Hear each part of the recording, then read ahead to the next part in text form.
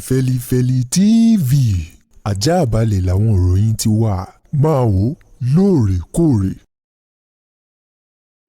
Fọ́nrán eléyìí tí a mú wá láti ṣe àfihàn rẹ̀ fún yín òun ló ń túmọ̀ tó sì ń ṣe àfihàn ọ̀kan nínú àwọn adigunjalè èyí tó ń da àlàáfíà ìlú Èkó láàmú pàápàá jù Ìkẹjà, Abẹ̀sán, Ìpájà àti agbègbè rẹ̀ tí wọ́n jẹ́ kí àwọn agbègbè yìí kí wọ́n ní ìsinmi látàrí bí àwọn oníṣẹ́ ibi ọ̀hún bí wọ́n ṣe ń ṣe ọṣẹ́ èyí tó jẹ́ wípé lásìkò tí gbogbo àwọn èèyàn tí wọ́n ń lọ bíṣẹ́ lọ́wọ́ ìdájí bá múra tí wọ́n kúrò ní ilé lọ́wọ́ ìdájí àwọn oníṣẹ́ ibi yìí wọ́n á máa lo àǹfààní pélé ò tí ì mọ́ tán láti máa gba owó gba fóònù àtàwọn nǹkan tó jẹ́ nǹkan ìwúlò lọ́wọ́ àwọn oníkan tó bá sì di alẹ́ náà tó di wípé ilẹ̀ tí ń ṣú àwọn èèyàn ń darí bọ̀ láti ibiṣẹ́ tí oníkálukú ń fi ẹsẹ̀ àbí wọ́n ń wọ mọ́tò yálà nínú súnkẹrẹ fàkẹrẹ àbí ní àdúgbò ní pàápàá jù tó bá jẹ́ ibi tó jẹ́ pé kì í ṣe ẹsẹ̀ èrò wìtìwìtì tí ibẹ̀ tún jẹ́ ibi tí ò sí iná àwọn oníṣẹ́ ibi yìí wọ́n máa lo àǹfààní náà láti máa gba owó gba fóònù àti àwọn nǹkan rere míì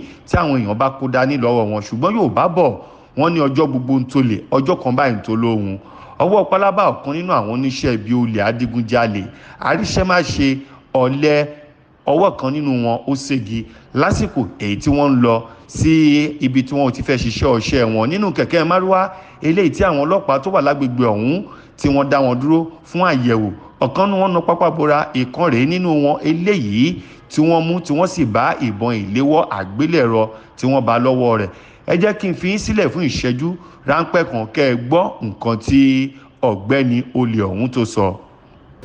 Ikeja, what is in your hand? Huh? Gone. Where did they see it from? Your hand. Where are you coming from with it? What do you use it for?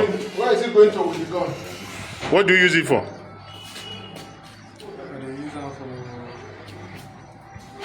Talk now, talk. The thief. At where? At under bridge, Ikeja. Under bridge, Ikeja. How many times have you thief with it? 2 times. 2 times. How many people you don't kill with it? I never even know. Okay. How many of you now? We are 2. 2. You and who? I am my other friend. What is the name? Wale. Wale who? I don't know his name. His son name. He's living at where? We are both sleeping at Ikeja under bridge. You are sleeping at Ikeja under bridge. Today, where are you people going with the gun? We are going to To do what? I want to go and play with our friends. Play? We want to go and play Play with what? with our friends. Play with our friends. You people want to rob today. Who are your friends? Where do you want to rob today? Tell me the truth. Who are your friends? If you want us to help you. Where did you people want to operate today? Tell me. We know his aunt too. Where did you want to operate today? Answer me. I never knew his aunt. But they say you should come with the gun. Yes. Your friends, Abi? Okay. Then where are they now? You don't know them. But you know the house they are living. Huh? Oh. How many times you don't rob within your boy Abeson here? But your friends do rob here. Okay. ẹ káàbọ̀ padà mo lérò pé ẹ ti gbọ́ nǹkan tó sọ ẹ gbọ́ orúkọ rẹ̀ oníwálé lòun jẹ́ nínú àwọn ọ̀rẹ́ wọn náà tí wọ́n jọ ń ṣiṣẹ́ yìí kan náà tún jẹ́ wálé ó ní àwọn kúrò ní Ìkẹjà wọ́n fẹ́ lọ bá lára àwọn tó pè wọ́n pé kí wọ́n wá níbẹ̀ ní àṣírí ti tú agbóríyìn fún iléeṣẹ́ ọlọ́pàá ìpínlẹ̀ Èkó pàápàá jù Abẹ̀sán Ìpájà fún iṣẹ́ takuntakun tí wọ́n ń ṣe adẹ̀gbóríyìn fún gbogbo àwọn ẹ̀ṣọ́ aláàbò pátá náà láìsùn lórí àìwò wọn kí àlàáfíà kó lè jọba ní ìpínlẹ̀ Èkó mo gbà ládùúrà wípé ọkọ̀ ọba àdá ọba kò ní ṣá gbogbo wọn lẹ́sẹ̀ lágbára Ọlọ́run ibi tó bá ṣì kù sí lọ́rọ̀ àwọn adigunjalè yìí náà Ọlọ́run yóò tú àṣírí wọn ẹ jẹ́ ká fi léyìí ká fi mú wá sí ìpamọ́ àníkà sáré mú wá ni kí àwọn èèyàn kí wọ́n lè mọ ibi tí iṣẹ́ tó lọ ní ìpínlẹ̀ Èkó.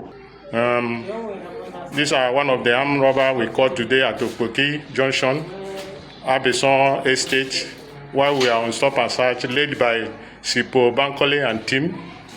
After accosting them, we stopped the Keke Marwa. They refused to stop and we forcefully stopped them. One of them jumped down and ran. Sipo Bankole and Inspector Du was able to hear this one.